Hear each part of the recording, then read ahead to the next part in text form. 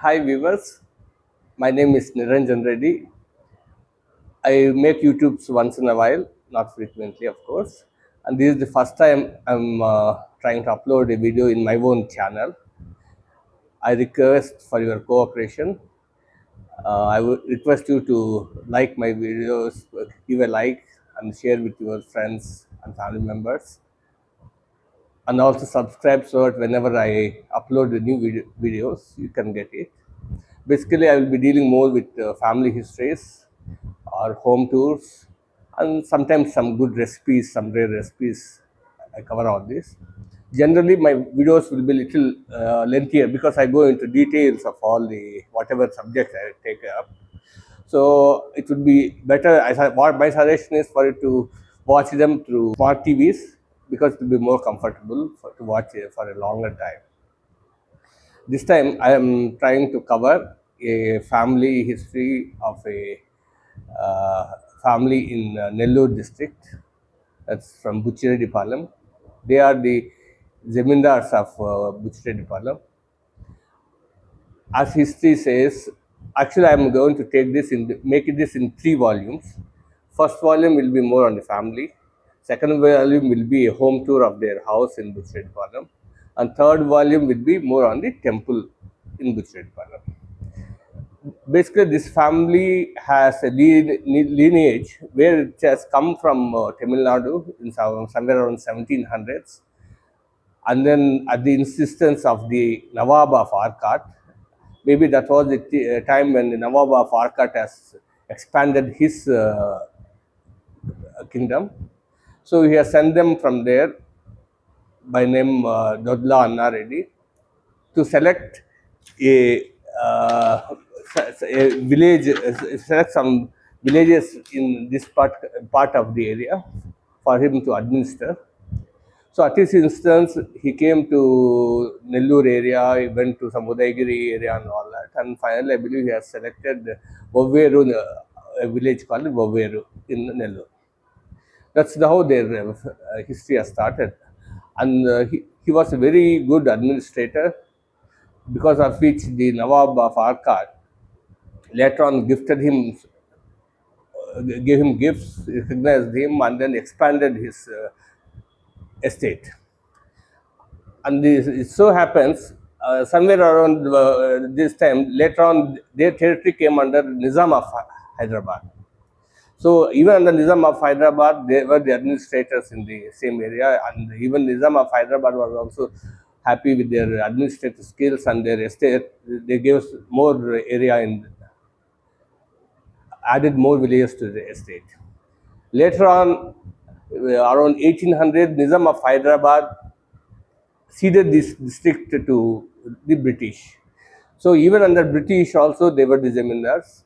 Till 1947 they were the Zamindars. The interesting part of is, as we youngsters knew, there are three families in that house.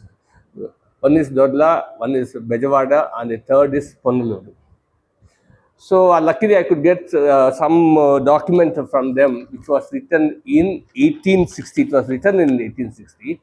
There they went back and they went back 150 years back. From 1700 onwards, they started writing the family tree. That's how with that I could make out how Bejawada came into this family, and then actually Ponnaluru was not there. Instead of Ponnaluru, there was one more family called Putta. Dodla family, Bejawada family, and Putta family were the people who were there till 1868. And how these two families got integrated into this family, I will explain you. And during that time, Anna Reddy's grandson Rama Reddy was popularly known as Bangaru Rama Reddy, because he was supposed to be a very good administrator, and that was the golden period. During his period only, they have constructed the temple in Buchireddypalam, Kodan Ramaswamy temple in Buchireddypalam, and one more temple. There was one more temple called Vedagiri near to Buchireddypalam. There also they have constructed the Galigopuram, Koneru, and Mantapam. Those days they have spent around 5 lakhs. That's what the document says. That is the basic history of the family. So now we'll go through the details. Another good thing about this family is they were very contemporary. Post 20th century, where that's when people started the English education and all that. During that time, they got their children well educated. Even some of them went abroad for studies. Not only within the family, they started a school in their own village. They had started a school in Kandakur and all that, colleges. They were very liberal in when it comes to education for the people. And at the same time, they also started, they got into business by 1930s, 40s. They were into mica business, exporting mica from India. And post independence, somewhere around 70s, they started a joint venture with Tata Group called Coromandel Hotels. And Taj Coromandel was the first property they created in Chennai. Later on, they were into different businesses. They were in, for some time, as far as I know, they were into prawn export, fishery exports, and all that. And each, as the family divided, later on, the family started dividing, and each one had their own businesses. So there's they're very along the changing times, they were very contemporary, I guess. Somewhere around 1950s, Dodla, Bejawada, and Pannaluru family divided their properties. And again, around 85, Dodla brothers also they divided. From then onwards, they were more into independent families. So the joint family was culture was gone. So then, from then onwards, it was all the independent families. Three daughters from Dodla have been given to Anantapur district. During 1960s and 70s, their marriages happened. First was one girl was given to L. Bhaskar Reddy, Lakka family from Kanekal. Second was D.S. Reddy's daughter Aruna was given to a family in Donavarpalli near Kadiri. His name is Krishna Ranjan Reddy. Third is my uncle, also married. We are from Chundapalli, from Dadla family. And another thing is, two of their mother-in-laws are from Tammalpalli, another village in Chittur district. Even Gaunavarpalli also had a relationship with Tammalpalli family, because one generation earlier, from Tammalpalli lady was also married in Gaunavarpalli. See, Dodla Anna Reddy is the initial parent of this family. He started the family. Anna Reddy had three sons and one daughter by name Mangamma. This Mangamma got married to Putta Pera Reddy. After the death of Anna Reddy, his second and third son, they wanted to separate. So the property got divided, and Papi Reddy and Krishna Reddy took their property, and then they left the family.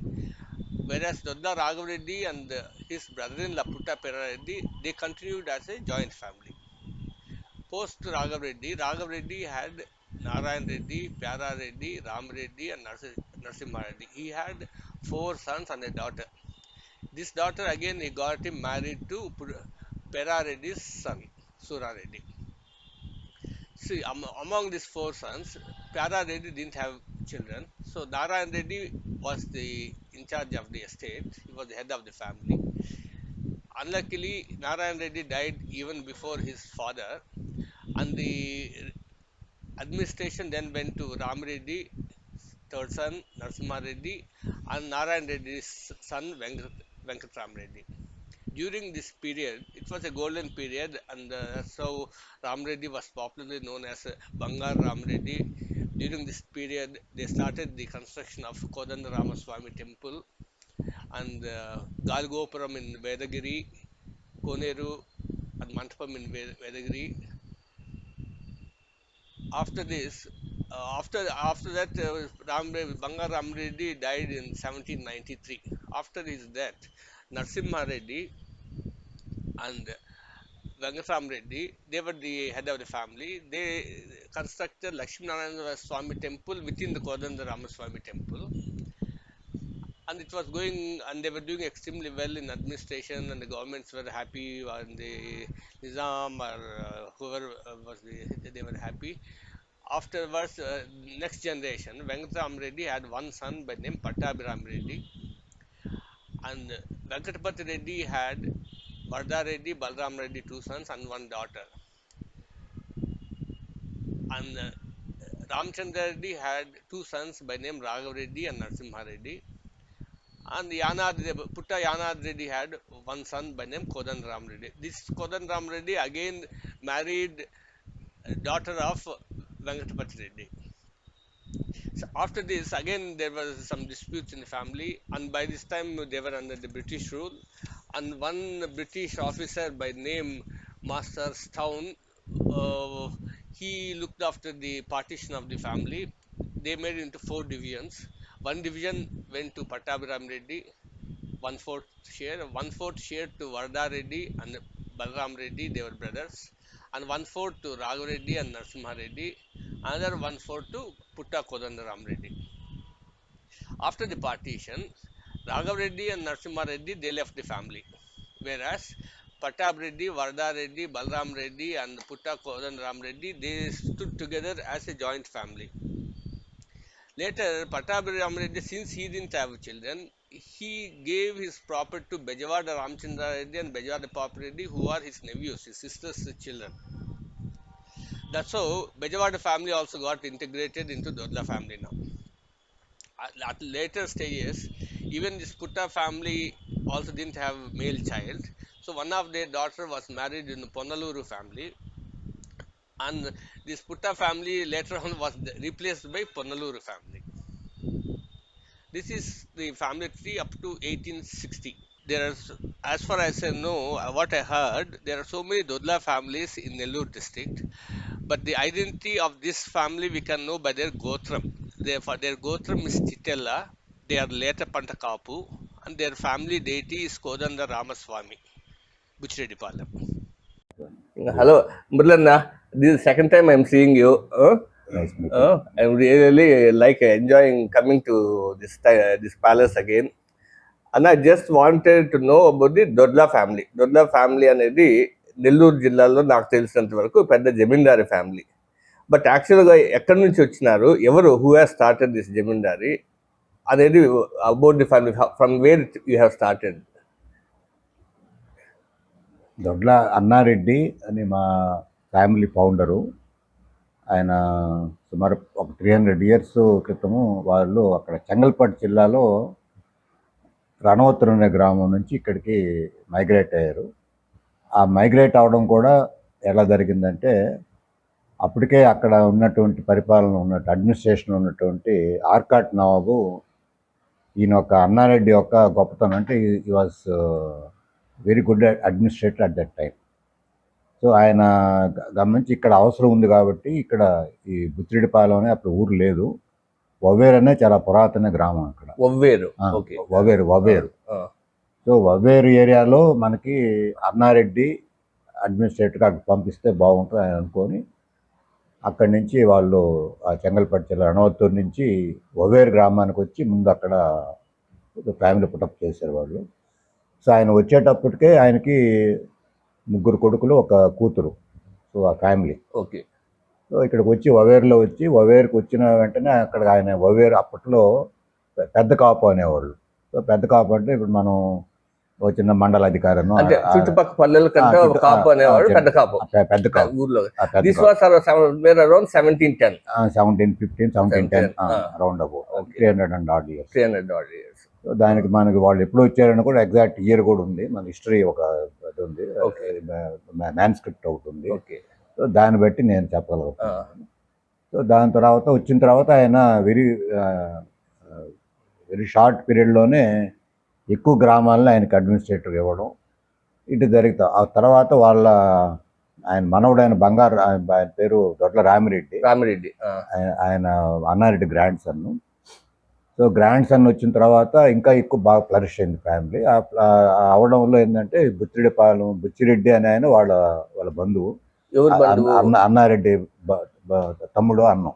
Anna Reddy గారికి ఆయన పేరుతో ఇక్కడ బుచ్చిరెడ్డిపాలెం గ్రామం వాళ్ళే నిర్మించారు ఇక్కడ. ఇప్పుడు మనం ఉండే ఇల్లు ముందు కట్టారు. ఇప్పుడు మీరైతే మాట్లాడుతున్నారో ఈ ఇల్లుని ఫస్ట్ కట్టి తర్వాత 1765లో టెంపుల్ కట్టడం స్టార్ట్ చేశారు. ఎందుకని అనుకున్నారన్న టెంపుల్? ఆయన చిన్నప్పటి నుంచి కూడా ఆయన మంచి రామ భక్తుడు, ఆయన రామిరెడ్డి. సో ఆయనకి చిరకాల వాంఛ గుడి నిర్మించాలని అట్లా అనుకుంటా ఉండేవాడంట. ఒకరోజు రాముల వారు ఆయన కోదండరామస్వామికి ఆయన కళ్ళలో కనిపించి, ఇట్లా నేను ఇక్కడే నీకోసంగా ఇక్కడ నేను స్థిరనివాసం ఏర్పాటు చేసుకున్నాను, నాకు ఒక గుడి కట్టించని కోరినందువల్ల ఆయన ఈ గుడి నిర్మాణం జరిగింది. బై దట్ టైం గుడి నిర్మించేటప్పటికి ఆయన గ్రామాలు కూడా చాలా, ఇప్పుడు కందుకూరు పరగణ అంటారు, అంటే మళ్ళీ నేను 2 క్లబ్ చేస్తున్నాను టెంపుల్. సో కందుకూరు పరగణ మీన్స్ ఒక రెవెన్యూ డివిజన్. ఇప్పుడు మనమైతే ఇప్పుడు మండల్ లాగా, ఇప్పుడు కరెంట్ మనమైతే revenue division, RDO cadre. Kandukuru పరగణ అంటే కందుకూరు, పొదిలి, దర్శి, కనిగిరి, ఆ ఏరియా కంప్లీట్ గా రికార్డ్స్ ఉన్నాయి మన దగ్గర. అదే రకంగా ఇక్కడ దూరు పరగణ. సో ఇక్కడ నాకు తెలిసినంత వరకు హిస్టరీలో మన పాత రికార్డ్స్ వెరిఫై చేస్తే ఓల్డెస్ట్ విలేజెస్లో ఒవేరు, దూరు వస్తాయి. ఒవేరు, దూర్ ఈజ్ ఓల్డర్ దాన్ ఒవేరు. అది ఇంకా సెంచురీస్ ఓల్డ్. ఈవెన్ అక్కడ కొన్ని కరెన్సీ దొరికితే మన గవల్తో కూడా అక్కడ గవల్ కరెన్సీ వాడారని ఒక ఫోర్ట్ కూడా ఉంది ఊర్లో. ఇప్పుడు అంతా అయిపోయింది, మట్టి అంతా ఎత్తేసారు, ఫోర్ట్ వాడు అయిపోయింది. సో ఇట్లా రామిరెడ్డి గారు 1765లో దేవస్థానం కట్టడం స్టార్ట్ చేసి 1784లో దేవస్థానం కంప్లీట్ చేశారు. కంప్లీట్ చేయడమే కాకుండా దానికి చాలా భూములు, దాదాపు ఒక 12,000 ఎకరాలు ఉన్నాయి దేవస్థానానికి ఉండేవి. ఇప్పుడు 1960కి ముందర, 1960కి ముందర 4 గ్రామాలు ఉన్నాయి. ఆ 4 గ్రామాల్లో ఒక గ్రామం మాత్రం కాళహస్తి జమీందారు ఇచ్చాడు. తర్వాత మిగతా 3 మాత్రం రామిరెడ్డి గారే దాన పత్రాలు ఉన్నాయి మన దగ్గర. సో ఇటు 4 గ్రామాలు కాకుండా మళ్ళీ అక్కడక్కడ పొలాలు. అంటే ఆ భూములన్నీ దేవుని పేరు రిజిస్టర్ అయింటాయి, అంటే ఆ భూములు రైతులు చేస్తే రైతుల దగ్గర వచ్చే ట్యాక్స్ కలెక్షన్ మాత్రం దేవునికి రావాలన్నా? ట్యాక్స్ కలెక్షన్ అనేది ఎస్టేట్ గ్రామాలు. ఇప్పుడు 4 గ్రామాలు అయితే ఎస్టేట్స్ ఉన్నాయో, ఆ ఎస్టేట్ గ్రామాల్లో వాళ్ళు పండించుకొని మనకి టెంపుల్ ట్యాక్స్ కట్టేవాళ్ళు. అదొక సిస్టమ్, ఎస్టేట్ సిస్టమ్, ఎస్టేట్ దీని కింద. సో ఎస్టేట్ అబాలిషన్ యాక్ట్ కింద ఆ గ్రామాలన్నీ వెళ్ళిపోయినాయి, గవర్నమెంట్ టేక్ ఓవర్ చేసేది. కాకుండా మనకి మిగతా అక్కడక్కడ పొలాలు 100 ఎకరాలు, 200 ఎకరాలు, 300 ఎకరాలు అట్లా పొలాలు ఉన్నాయి. ఇవన్నీ these lands all put together ఒక 1800 acres. ఆ 1800 acresలో మనకి ఇప్పుడు ఒక 1300 acres ఇంకా మనకు కోర్టులో గెలిచిన పొజిషన్ తీసుకోవాలి. సో రైట్ నో ఒక 470 ఎకరాలు మనకి రెగ్యులర్ ఇన్కమ్ వచ్చేటటువంటి పరిస్థితి దేవుడికి, అది దాంతో దేవడం జరుగుతూ ఉంది. తర్వాత ఇక ఫ్యామిలీ హిస్టరీ మళ్ళీ ఒక బ్రీఫ్ చేస్తాం. సో రామిరెడ్డి జనరేషన్ వచ్చేటప్పటికి ఫ్యామిలీ ఒకసారి డివిజన్ అయింది. ఆ డివిజన్ ఎక్కడ వేరే అబౌట్స్ నాట్. సో రామిరెడ్డి తర్వాత ఇంకొక జనరేషన్లో ఆయన వెంకటపతి రెడ్డి వీళ్ళని దత్తు తీసుకున్నారు, పెద్దవాళ్ళ ఫ్యామిలీ వాళ్ళు. ఇట్లా వాళ్ళు ఎదురుందా హిస్టరీ దాంట్లో? సరే, ఎట్లా నేను ఇప్పుడు నా జనరేషన్ అయితే రామిరెడ్డి దగ్గర నుంచి 8th జనరేషన్. సో అప్పటి నుంచి రామిరెడ్డి దేవస్థానం కట్టినప్పటి నుంచి ఇప్పుడు కూడా దేవస్థానం మేనేజ్మెంట్ మా ఫ్యామిలీ వాళ్ళ చేతిలోనే ఉంది. సో దీనికి 1927 ఎండోమెంట్ యాక్ట్, ఫస్ట్ వచ్చిన ఎండోమెంట్ యాక్ట్ వచ్చిందో అప్పటి నుంచి మాకు ఎగ్జామ్షన్ ఉంది. సో దొడ్ల ఫ్యామిలీ అంటే joint, you can call it composite family, Dodla, Bedavada and Ponnaluru. So ఈ కాంపోజిట్ ఫ్యామిలీ కింద మేనేజ్మెంట్గా ఉంది. కానీ వాళ్ళు ట్రస్ట్ బోర్డు మెంబర్లుగా, అంటే అట్లా మిగతా ట్రస్టీస్గా ఉండేవాళ్ళు, మేనేజింగ్ ట్రస్టీ మాత్రం దొడ్ల ఫ్యామిలీ వాళ్ళు మేనేజ్ చేస్తారు. సో ఇది దేవస్థానం సంబంధించి. తర్వాత ఫ్యామిలీ వస్తే తర్వాత 1954-55లో ఫ్యామిలీ డివిజన్ అయింది. డివిజన్ అయిన తర్వాత దొడ్ల ఫ్యామిలీకి హాఫ్ షేర్ రావడం, పొన్నలూరుకి ఒక 1/4 షేరు, బెదవాడకు 1/4 షేర్ పంచుకొని ఒక పట్టు సపరేట్ అయిపోయారు. భూములు, ఆస్తులు పంచుకున్నా, ఇల్లు పంచుకున్నా, దేవాలయం మాత్రం అందరూ జాయింట్ మేనేజ్మెంట్ కిందే. ఆ రాముల వారి ఆ గొప్పతనాన్ని పోగొట్టకుండా మా ఫ్యామిలీ ప్రివిలేజ్ కింద తీసుకొని దాన్ని దేవస్థానాన్ని రన్ చేసుకుంటాం. ఉంటాం. సో ఇది బ్రీఫ్గా ఫ్యామిలీ గురించి. అంటే family is related to temple. Temple. Okay. So it's temple is part and parcel of our family. తర్వాత టెంపుల్ ఒక గొప్పతనం చెప్పాలంటే మనకి ఎండోమెంట్ వాళ్ళు చెప్పే వాళ్ళ రికార్డ్స్ ప్రకారం ఏంటంటే this is the second tallest gopuram in the state, in the combined state. So not only Andhra, combined state. దాంట్లో ఏంటంటే కొన్ని దగ్గరలు ఉన్నాయి, గొల్లల మామిడాల అక్కడ 165 అడుగులు అది, కానీ నేరోగా ఉంటుంది, ఒక పిల్లర్ లాగా ఉంటుంది. మంగళగిరి కూడా ఇంత విడ్త్ ఉండదు. విడ్త్ హైట్ రెండు చేసి చూస్తే గోవిందరాజ స్వామి దేవస్థానం తర్వాత this is the second tallest and broad temple గోపురం. రథం వచ్చి ఒక 40 feet లోపల సుమారుగా. ఎన్ని ఏళ్ళు అయింటున్నారు చేసి దేవుని రథము? దేవుని రథం చేసి ఒక 100 ఏళ్ళు పైన అయి ఉంటుంది. దానికి కరెక్ట్ ఎగ్జాక్ట్ డేట్ డాక్యుమెంటేషన్ చేయలేదండి. కానీ 92లో మాత్రం పై ఫ్రేమ్ వరకు, అంటే సెకండ్ పార్ట్ కింద బేస్ అయితే అప్పటి నుంచి అట్లే ఉంది, తాకలేదండి. పైది మాత్రం 92లో చింతాత గారు రిపేర్ చేశారు. ఇప్పుడు కూడా మళ్ళీ so it requires repair. New రథం ప్లాన్ చేస్తున్నాం. ఆల్రెడీ ఏదో ప్రాసెస్ జరుగుతూ ఉంది దానికి సంబంధించి. దేవాలయం విశిష్టత అంటే మనకి ఉగాది నుంచి తీసుకుంటాం. ఉగాది స్వామికి ఉగాది రోజు అభిషేకాలు జరుగుతాయి, తర్వాత తిరుమంజనం ఉంటుంది, తర్వాత ప్రత్యేక అలంకారాలు, ప్రత్యేక ఉత్సవాలు, పంచాంగ శ్రవణం ఇవన్నీ ఉగాది రోజు చేస్తారు. ఉగాది తర్వాత వచ్చేది శ్రీరామనవమి, అది చైత్ర మాసం మొదలు. శ్రీరామనవమి నుంచి, అంటే ముందు శ్రీరామనవమి ముందు అష్టమి రోజు అంకురార్పణతో ప్రారంభం అవుతాయి. సో శ్రీరామనవమి ధ్వజావరోహణం, ఇంకా అక్కడి నుంచి రోజు ఒక్కొక్క వాహనం మీద స్వామివారు ఉత్సవంగా ఊళ్ళో మనకి 4 మాడవీధులు కూడా ఉన్నాయి, అది ఒక ప్రత్యేకం. ఇక్కడ చాలా దేవాలయాల్లో ఏదో ఒక గ్రామంలో వెళ్ళాలంటే ఎవరు ఉభయకర్త ఉంటారో వాళ్ళు ఉభయకర్త ఇంటికి వెళ్ళడం. మనకి ఇక్కడ దేవస్థానంలో ఉభయకర్తలు అంటే ఎవరు ఉండరు, అంత ఖర్చుని దేవస్థానం పెట్టుకుంటుంది. కాబట్టి ఒక ధర్మకర్తకి ఇంటికి మాత్రం ప్రాముఖ్యం ఉంటుంది. సో 4 మాడవీధులు దిగేటప్పుడు ధర్మకర్త ఇంటి దగ్గర ఒక ప్రత్యేక ఒక మర్యాద పూజ ఉంటుంది. మిగతా అంతా మామూలుగా జరిగిపోతూ ఉంటుంది. తర్వాత ఆ 9 రోజులు స్వామివారికి 9 వాహనాలు ఉంటాయి. 9 వాహనాల మీద స్వామివారి ఉత్సవం జరుగుతుంది. ఈ ఉత్సవాల్లో ప్రత్యేకత ఏంటంటే గరుడ సేవ, అది నిన్న పూర్తయింది. నిన్న 31, ఈరోజు సాయంకాలం 1వ తేదీ ఏప్రిల్ 1 సాయంకాలం స్వామివారి కళ్యాణం జరుగుతుంది. రేపు ఉదయాన్న రథం విషయం వస్తే జిల్లాలో పెద్ద రథం, ఎక్కువ మంది భక్తులు పాల్గొనేటటువంటి ఇది ఉండేటటువంటి ఉత్సవం కూడా అది. జిల్లాలో ఎక్కడ పెద్ద రథం లేదు. తర్వాత భక్తులు కూడా ఎక్కువ పాల్గొంటారు. ఇతర వేరే స్టేట్స్ కూడా వస్తారు. మన డిస్ట్రిక్ట్ వేరే డిస్ట్రిక్ట్లు కాకుండా ఇతర జిల్లాలు, ఇతర రాష్ట్రాలకు కూడా భక్తులు పాల్గొంటారు. చాలా మందికి ఏమంటే ఆ మొక్కుబడి తీరుతాయని నమ్మకం. మేము మొక్కున్నాం, ఏ రథం రోజు మొక్కున్నాం, మా పిల్లలు పుట్టారు, మాకు బాగా పెళ్ళయింది అని చెప్పుకునే ఉదంతాలు చాలా విన్నా నేను స్వయంగా. రథం అయిపోయిన తర్వాత సాయంకాలం స్వామివారికి 2.5 ఎకరా కోనేరు ఉంది. అది కూడా అప్పుడు కట్టింది. ఇప్పుడు మేము కట్టలేము లేండి. అది చాలా పెద్ద ఎగ్జాక్ట్ 2.5 acres, అంటే 1 hectare పైన పెరిఫెరల్ ఏరియా.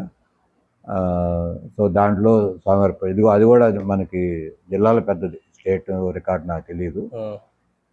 జిల్లాలో పెద్ద పుష్కరిణి మంది. ప్రశాంతంగా సాయంకాలం తెప్పోత్సవం జరుగుతుంది. తెప్పోత్సవం అయిపోయిన తర్వాత పక్క రోజు స్వామివారికి గురపోహనం అని ఇట్లా ఉత్సవాలతో పూర్తిగా 4వ తేదీకి పరిసమాప్తం అయిపోతాయి. ఆ రోజు ధ్వజ అవరోహణం చేసేసి స్వామివారికి కార్యక్రమం. తర్వాత రోజు ఏకాంత సేవ అనేది కార్యక్రమం ఉంది. అది ఇన్నోళ్ళలో గతంలో చేసేవాళ్ళు కాదు. ఈ సంవత్సరం స్వామికి ఆ ఏకాంత సేవలో స్వామివారికి పౌలింపు సేవ చేసి 12 రకాల పుష్పాలతో స్వామివారికి పౌలింపు సేవ చేయాలని ప్రయత్నాలు జరుగుతూ ఉన్నాయి. ఇంకా అది కాకుండా మిగతా సంవత్సరంలో వచ్చే రోజుల్లో ఇది మనకి బ్రహ్మోత్సవం అయిన తర్వాత 1 నెలకే ఆంజనేయ స్వామి జయంతి వస్తుంది, హనుమత్ జయంతి.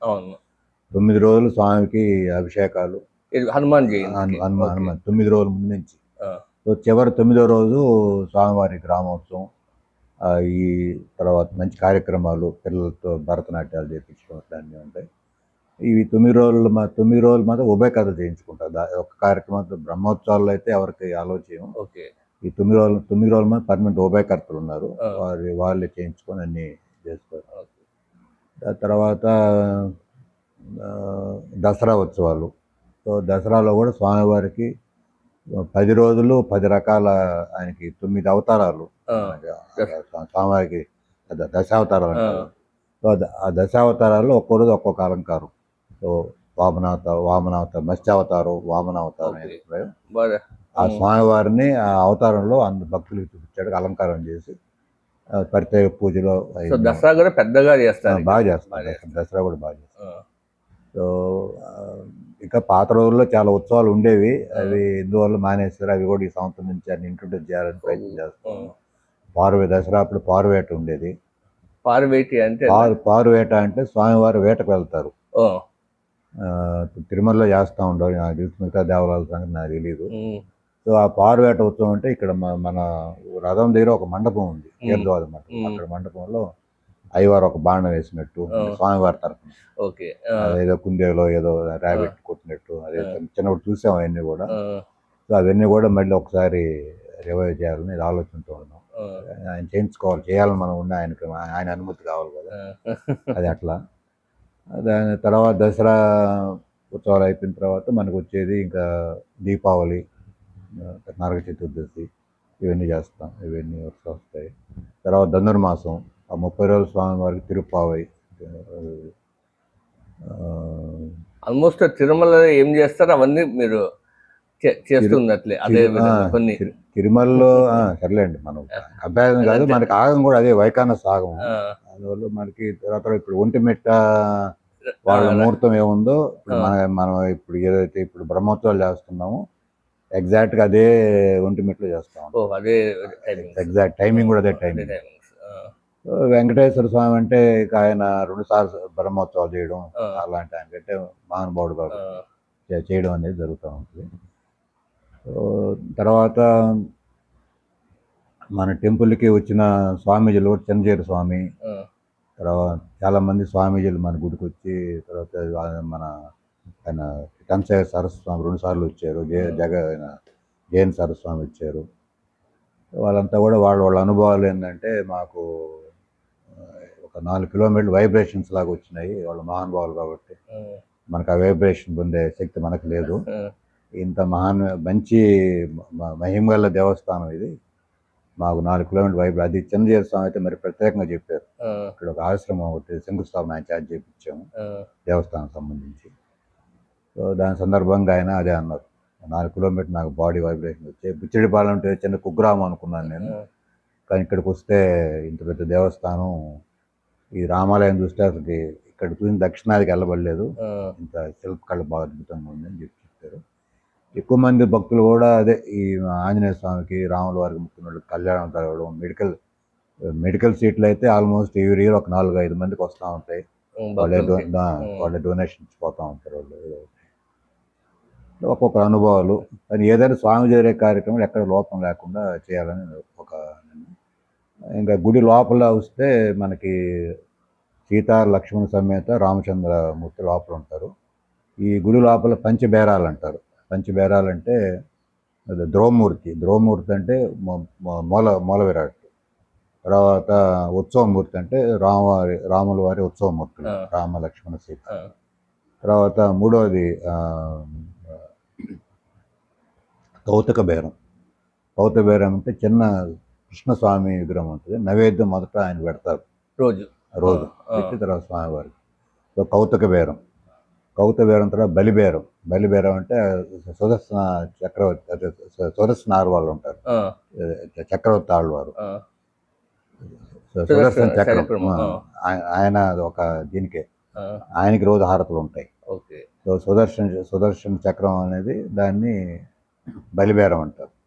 తర్వాత స్నపన బేరం అంటే మనకి దేవాలయం నిర్మించినప్పుడు అక్కడ తిరుమల నుంచి ఒక వెండి శ్రీనివాసమూర్తి గుడిలోనే స్వామివారి పాదాల దగ్గర ఉంటారు. అదే ఆ కాలంలో తెచ్చినాడు తిరుపతి అక్కడి నుంచి మేళతాళాలతో ఉత్సవంగా తీసుకొని వచ్చి ఇక్కడ పెట్టారు. ఆ, ఆయనకి రోజు పాలతో ఉదయం అభిషేకం ఉంటుంది.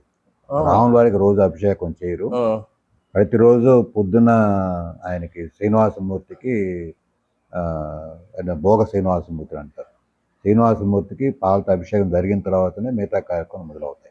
ఆ అభిషేకానికి మామూలు భక్తులను కూడా అలౌ చేస్తారా?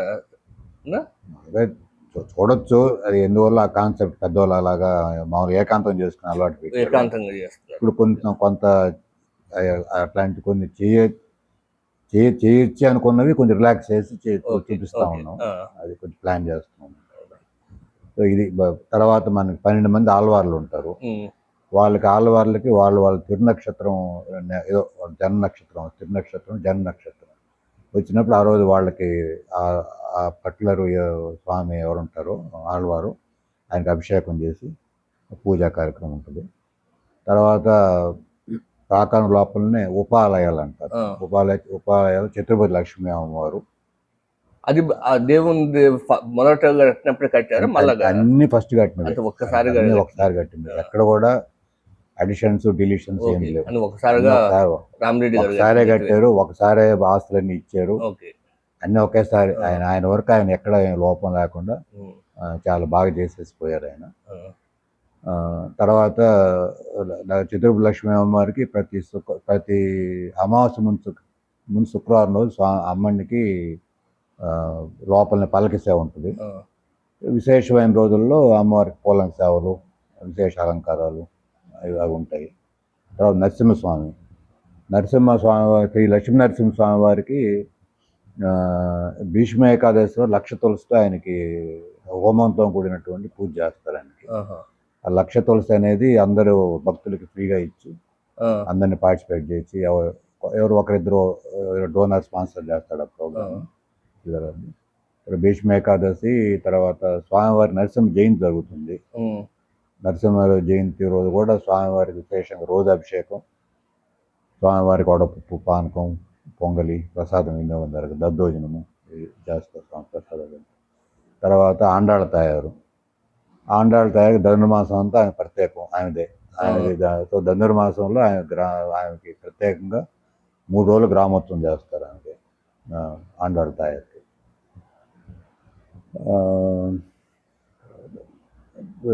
ఇక్కడ రాములవారి కోదండరామస్వామి క్షేత్రపాలకుడు ఆయన ప్రసన్న ఆంజనేయ స్వామి.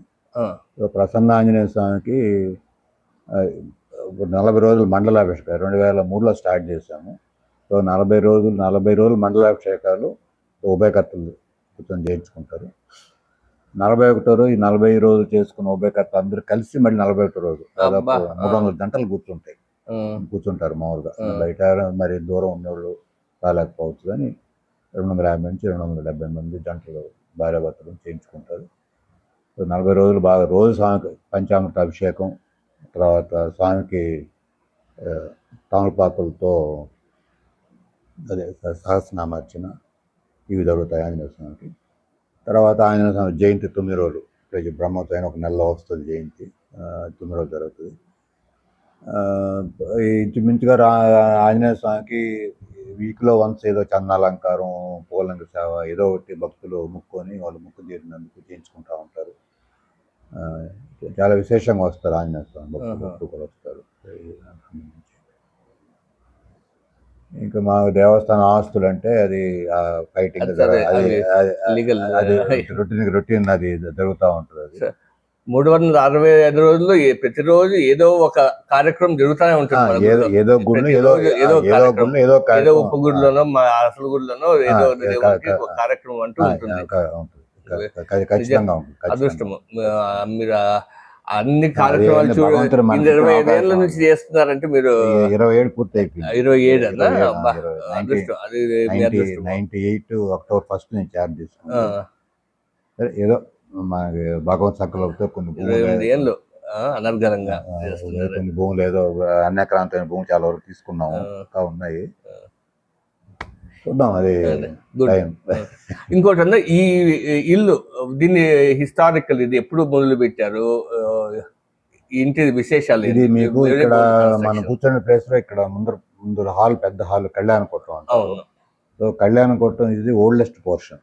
ఓకే. ఓల్డెస్ట్ అంటే నా లెక్క అయితే 250 ఇయర్స్ ఈజీగా ఉంటుంది. ఓకే. తర్వాత ఇప్పుడు మనం ఉండే ఇప్పుడు ఇక్కడ ఎంట్రన్స్ నుంచి వచ్చిన తర్వాత ఆ, ఒక ఫ్లోరే ఉండేది. అవును. ఇప్పుడు మీకు అక్కడ ఓకే. కచేరీ అంటారు. అది ఒక ఫ్లోర్ అనేది 1905 దాకా ఉండింది అది. దాని మీద ఇప్పుడు దీని కంటిన్యూషన్ పైకి మా దగ్గర 1906 అకౌంట్ బుక్ కూడా ఉంది. తర్వాత ఓకే. 1906. ఓకే. సో ఆ 1906లో అంటే స్టేజ్ ఒక పేజ్ మేనలో కట్టారు. గ్రౌండ్ ఫ్లోర్ ముందు నుంచి ఉంది, మళ్ళీ ఫస్ట్ ఫ్లోర్ యాడ్ చేశారు. ఫస్ట్ ఫ్లోర్ ఒకటేసారి సెకండ్ ఫ్లోర్ థర్డ్ ఫ్లోర్ దాకా అట్లా చేశారు. సో అంటే ఒక ఫేజ్ అంటే నాకు తెలిసి అయితే ఒక సుమారుగా ఒక 3 ఫేజ్లో మొత్తం బిల్డింగ్ పూర్తి చేస్తుంటారు సుమారు. అంటే అంత రికార్డు లేదు. ఆ 1906 మాత్రం అది అకౌంట్ బుక్ ఉంది కాబట్టి నేను చెప్పగలను. సో ముందర పక్క గ్రౌండ్ ఫ్లోర్ నుంచి పైన 1906, గ్రౌండ్ ఫ్లోర్ అంతకన్నా పూర్వం 1906 అంటే ఈ పోర్షన్ మీ ఫ్రంట్ పోర్షన్ ఏదైతే మీకు ఆర్చ్ షేప్ కనపడుతుందో అది మాత్రమే. ఓకే. ఈ వెనకంతా ఉన్నాయి, వెనకల పోర్షన్ అంతా అది మళ్ళా దానికంటే ముందర. ఓకే. ఇప్పుడు బ్రదర్ పాపిరెడ్డి గారు ఉండేవాళ్ళు ఇక్కడ. సో పాపిరెడ్డి గారు ఉండే portion, so it is prior to 1906. అందువల్ల కరెక్ట్ గా డాక్యుమెంటేషన్ ఉంది కాబట్టి నేను ఇయర్ నేను కరెక్ట్ చెప్పలేను. అది ఒక 1906 మాత్రం చెప్పగలను, రికార్డు ఉంది కాబట్టి దగ్గర. ఇది వాళ్ళు వవేర్ నుంచి ఇక్కడికి వచ్చి ఇల్లు కట్టుకొని తర్వాత దేవస్థానం కట్టారు కాబట్టి, సో దానివల్ల నేను అది టెంపుల్ 242 ఇయర్స్ 1784లో కట్టారు కాబట్టి ఇక్కడ వచ్చి ఇల్లు కట్టుకున్నారంటే సో ప్రయర్ టు దట్ అంటే ఒక 10 ఏళ్ళు 20 ఏళ్ళ ముందు ఉంటుంది కాబట్టి మోర్ దాన్ 250 అని నేను చెప్పగలిగాను. నేను టెంపుల్ రికార్డుని బట్టి ఇల్లు అంతేలేండి. ఇల్లు కట్టుకుంటే దేవస్థానం కట్టారు. సో ఇంటి దేవస్థానం కంటే ముందు ఇల్లు వచ్చింది, ఇల్లు తర్వాత దేవస్థానం. ఊర్లో కూడా చాలా వరకు స్థలాలు కానీ ఇప్పుడు మీకు దగ్గర ఒక 60-70 ఎకరాలు దేవస్థానం పొలాలే ఊరంతా కూడా. ఇక్కడ ఫస్ట్ ఇల్లు కట్టినప్పుడు ఇట్లా ఏం లేదు, అంతా మొత్తం పంటలు. వీళ్ళే ఇంకా దాన్ని ఒక్కొక్కటి చేసుకుంటూ రావడం, కొంతమంది కొనుక్కోవడం, లేకపోతే ఊరిని ఇచ్చేయడం. ఇక్కడే స్కూల్ అవుతుంది, డిఆర్ దొడ్డ లక్ష్మణసారెడ్డి. అది ఎప్పుడు కట్టారన్నా? అది 1936లో ల్యాండ్ అక్వైర్ చేసింది, మనం ఫ్రీగా ఇచ్చాం దేవస్థానం. అది 5 ఎకరాల 10 సెంట్లు. అది 1936 రికార్డు ఉంది. సో గవర్నమెంట్కి స్కూల్ పర్పస్గా ఇస్తే 36లో ఇచ్చిన తర్వాత 52లో చింతాత గారు పెనుగోలులోనే ఉండేవాళ్ళు ఆయన. సో దొడ్డ లక్ష్మణారెడ్డి ఆయన ఫుల్ కంట్రిబ్యూషన్ దానికి దగ్గరుండి ఆయనే అప్పటి వర్క్స్ కాంట్రాక్ట్ చేసేవాళ్ళు ఆయన. సో ఆయన ఫుల్ కంట్రిబ్యూషన్ తోటే ఫస్ట్ ఫ్లోర్ అంటే గ్రౌండ్ ఫ్లోర్ వచ్చేసి 52లో కట్టారు. 56లో ఫస్ట్ ఫ్లోర్ పూర్తయింది. ఆ 56లో గవర్నర్ త్రివేది ఎవరు ఉండేవారు మనకు అప్పుడు, కంబైన్డ్ స్టేట్ మెడ్రాస్. ఆయన చేత ఇనాగ్రేట్ చేసి కూడా దాంట్లో శిలాఫలకం ఇట్లా ఇంకేమన్నట్టు చెప్తాను. మీరు చిన్నగా ఉన్నప్పుడు ఇంట్లో ఎంతమంది ఉంటామండి? మొత్తం ఇంతమంది ఉన్నారు, పెద్ద పెద్ద ఫ్యామిలీ, జాయింట్ ఫ్యామిలీలో ఎంతమంది ఫ్యామిలీ ఉన్నాయి? 7 ఫ్యామిలీస్ ఉన్నాయి. వాళ్ళ పిల్లలు ఒక్కొక్కరికి అంటే వాళ్ళకి 2-3 ఉన్నా మేమంతా ఒక జాయింట్ గా 50-60 మంది ఉండి ఉంటారు ఇంట్లో. 50 కాక ఒక 30-40 మంది. ఇంకా ముందంటే ఇంకా ఎక్కువ. మన శాంతపూర్ టైం అయితే 100 మంది అనుకోండి. వాళ్ళు ఉన్నప్పుడు చాలా మంది ఉన్నారు, చాలా మంది. కానీ దీంట్లో ఏంటంటే ఒకటి చెప్తాను మీకు, ఈ 1952కి ముందర అంటే 36కి ఇక్కడ మన ఇళ్లలో ఇప్పుడు మీరు దేవాలంకి వెళ్ళే రోడ్లో పాత ఇల్లు ఉన్నాయి. ప్రస్తుతం పెదవాడ వాళ్ళ నరేష్ వాళ్ళ అక్కడ స్కూల్ అక్కడ స్టార్ట్ చేశారు ఫస్ట్ 1936లో. తర్వాత ఇంకా టెంపుల్ నుంచి ఆ ల్యాండ్ టెంపుల్ తీసుకోవడం, అదే మనం ఇవ్వడం, స్కూల్ కట్టడం. 18 ఇయర్స్ 20 ఇయర్స్ గ్యాప్ వచ్చింది. ఆ 18 ఇయర్స్ స్కూల్ నడిపారు అక్కడ. స్కూల్ స్ట్రెంత్ ఉండాలంటే ముందు పిల్లలు ఉండాలి అక్కడ. సో పిల్లలు ఉండాలంటే పిల్లలు ఎక్కడ ఉంటారు పిల్లలు? అందువల్ల మన ఇల్లు ఇక్కడ ఈ ఇంట్లో. తర్వాత ఇక్కడే దొడ్ల అన్నారెడ్డి గారు అని ఆయన ఇంకొక తాత కొడుకు, ఆయన దొడ్ల అన్న నరసింహారెడ్డి. వాళ్ళ మరి రుక్కునమ్మ అని ఆమె, అదే ఆ స్టోరీ మళ్ళీ చెప్తాను. అక్కడ భోజనాలు పెట్టేవాళ్ళు. వెంకయ్య నాయుడు గారు కూడా ఇక్కడ చదువుకున్నారు 2 ఏళ్ళు, 8th 9th లేదా 9th 10th చదివారు ఇక్కడ. ఇక్కడ ఆయన ఒకరి ఆధ్వర్యంలో లేండి అయ్యింది, పేర్లన్నీ మనం తప్పకూడదు. 2 years చదివాడు వెంకయ్య నాయుడు గారు, చదివారు ఇక్కడ. తర్వాత ఈయన మేకపాటి రాజమోహన్ రెడ్డి చదివారు. ఓ. ఆయన ఒకరోజు హైదరాబాద్లో ఏదో ఒక విషయానికి కలిస్తే ఆయన చెప్పిన వర్షన్ అది. ఇక్కడ నేర్లమతుల గోపాలకృష్ణ గారిని మంచి మ్యాథ్స్ టీచర్, తర్వాత రిటైర్ అయిన తర్వాత చాలా బెంత్ ట్యూషన్ చెప్తున్నాడు, మంచి గొప్ప వ్యక్తి ఆయన. ఆయన అక్కడ ఏరియాలో టీచర్గా ఉంటే రే నీకు మ్యాథ్స్ సరిగ్గా రాదు, ఈయనతో కూడా బుచ్చిడిపాళెంబు, ఆయన బుచ్చి ట్రాన్స్ఫర్ అయ్యాడు అక్కడి గోపాలకృష్ణ గారు.